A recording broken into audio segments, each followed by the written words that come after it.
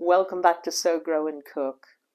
About 5 years ago, I made probably my very first Sow, Grow and Cook video. It was just a short one and it was a bit of a rant about food waste. At the allotment site that I was at before we've moved here to the small holding, we had big communal compost bins, and at the end of the summer quite a few of my allotment neighbours would pull up their runner bean plants and just put everything in the compost bins, pods and all. Yeah, they would get quite stringy and tough and were no longer good for the actual green pod. But inside were some beautiful beans that were absolutely wonderful to eat. Okay, here's an example of one.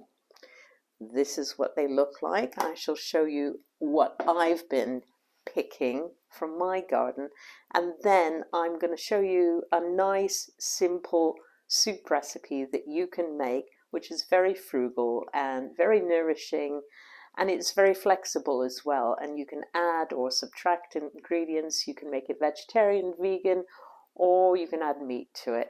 So let's get started. Right, so this is what happens when you plant too many runner beans in a year. I thought that the cold weather we had earlier in the summer was going to kill off what I had, so I overplanted, and then we had a warm summer and a wet autumn, and I have been inundated with these runner beans. Now here I've got some dry ones, or drier ones, and these would probably need soaking if I was going to cook them straight away. So I'm going to put them in a separate bowl and maybe finish drying them off for another week or two, and then I can store them in jars. There's a few here, not many, but this wet weather has not helped them dry any further outdoors, and I've just had to pick them all now.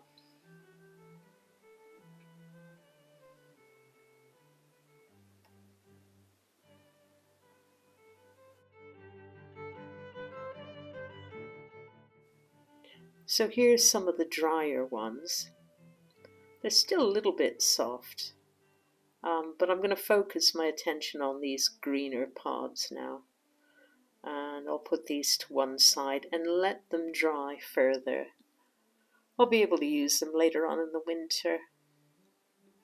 They're good though. Look how pretty they are. There's obviously different varieties of runner beans. See how you can indent with your thumbnail, which means they're still a little bit soft.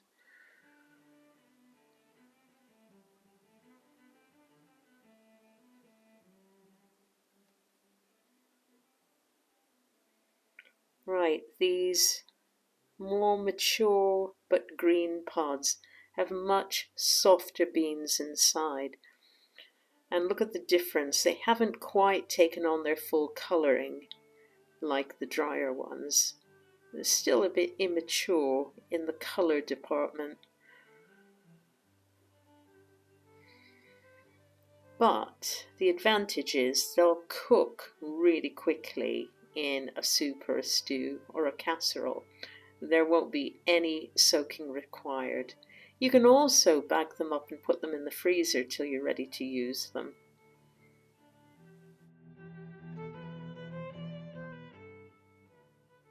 Okay, let's look at our ingredients then. I've shelled about 600 grams of the runner bean seeds.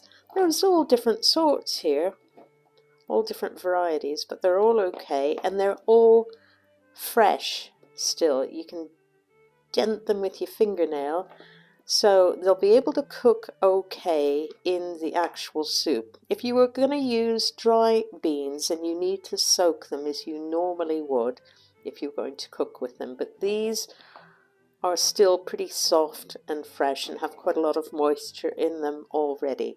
So that's 600 grams roughly. That's over a pound. That's like about a pound and a few ounces. Okay, the rest of the ingredients, I'm not going to give very accurate measurements because you can vary the amounts you use. This is a very flexible and forgiving recipe. Okay, I've got some chopped carrot and celery, and that was approximately 1 large carrot and a couple of stalks of celery that was close to the heart of the celery plant. And I've included some of the leaves because they have a lot of nice flavour. I've done a couple of medium onions. As you can see, I've got some red onion and white onion, but you use whatever you've got. I've got lots of garlic because I like garlic. There's about 5 minced cloves in there, but you can use as much or as little as you choose. I have got a litre of homemade vegetable stock, but you can use a stock cube, you could use chicken stock, you can use vegetable, whatever you like. Okay, I've got some herbs here, some fresh thyme from the garden, and some rosemary and some parsley, and these will be chopped up and added to the soup. And I've got some Swiss chard that I've chopped up from the garden, just a couple of big leaves. You could substitute that with spinach if you prefer, or you could use kale or cabbage, or you can leave it out altogether, but it does give a really nice flavour and texture and increases the nutrients in the soup. And then I've got about 250 mils or a cup of macaroni, which I'm going to add towards the end of the soup making process. And then I've got salt and pepper, and I've got some olive oil, which I'm going to do the sautéing of the vegetables. And here we go. We've also got about a cup of passata, or you could use some chopped tomatoes in a tin, or anything tomatoey that you've got that you like to put in a soup. This is my homemade passata.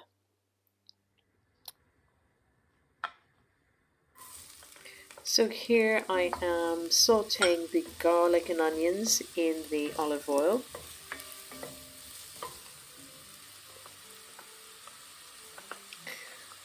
That's going to give a really nice flavour, all that garlic. And the onions will give it a certain amount of sweetness. You don't have to cook it too long, just kind of for a minute or so to make the vegetables translucent. And once you've done that, you're going to add your carrots and your celery.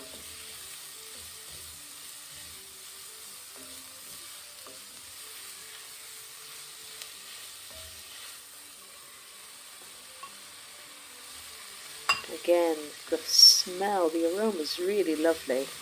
Especially that celery just kind of gives it an additional layer of wonderfulness. After you've stirred that up a bit, it's time to add some of the fresh herbs.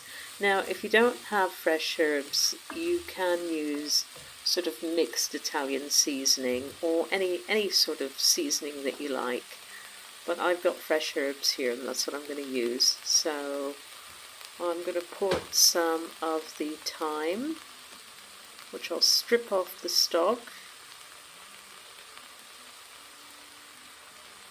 And after we get some of that in, I'm going to add the chopped rosemary.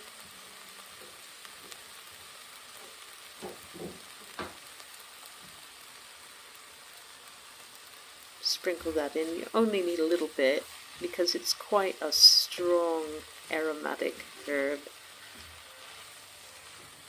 And now I'm going to add the passata.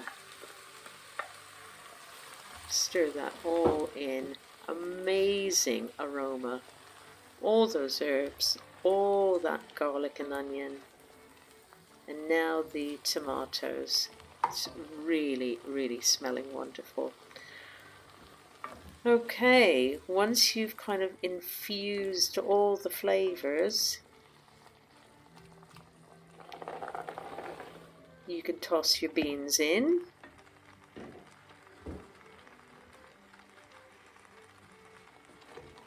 And give them a good mix before adding your liter of vegetable stock, or whichever stock you're going to use.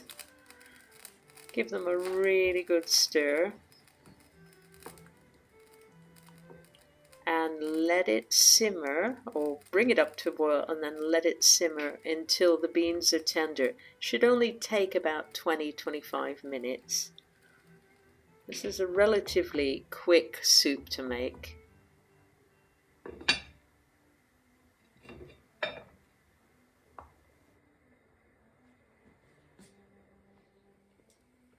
So everything's been simmering now for about 25 minutes and the beans are nice and tender. I'm going to add the pasta. I'm not going to put all of it in because it's quite thick already.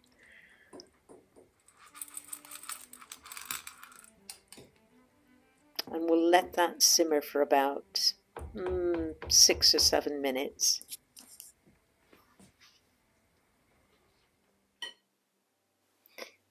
Right, now I think the pasta is cooked and I'm going to add the Swiss chard, but I'm pretty sure I underestimated how much soup this was going to make. So I'm going to have to transfer the soup from this saucepan into this stainless steel one. So wish me luck.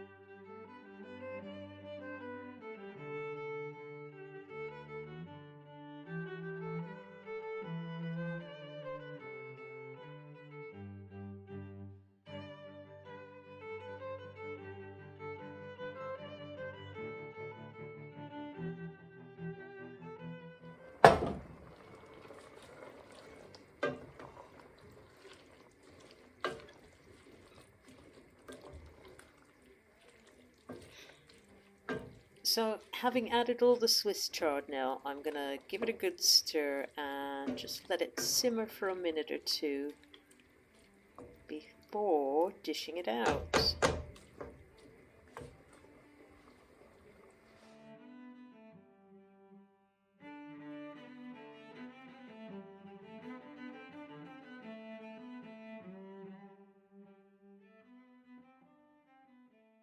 Salt.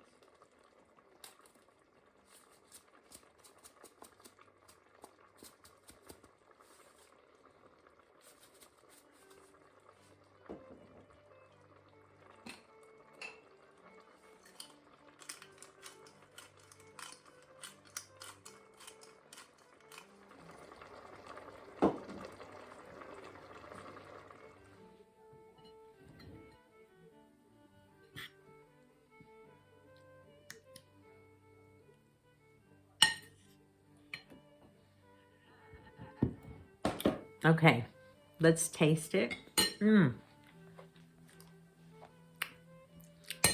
It's very full flavored, and you can make it spicier if you want. In fact, I think I might add some chili flakes to this one just to kind of zhuzh it up a little bit. But it's really, really good, and it's so easy. Absolutely easy to make, and the ingredients are not that expensive, especially if you've got them growing in your garden or you've got them stashed away in your freezer or languishing at the bottom of your fridge. As I said in my first video 5 years ago, people don't waste food. It's not a good idea. We should use what we've got. Make the most of your harvest, make the most of what you buy. It's really important these days. I'll put a link in the description below of the video that I made 5 years ago. You can maybe, if you want, have a look at it and have a good chuckle, laugh at my earnestness. I was so earnest in that video. Anyway, thanks again for watching So Grow and Cook, and hope to see you again next time. Bye for now.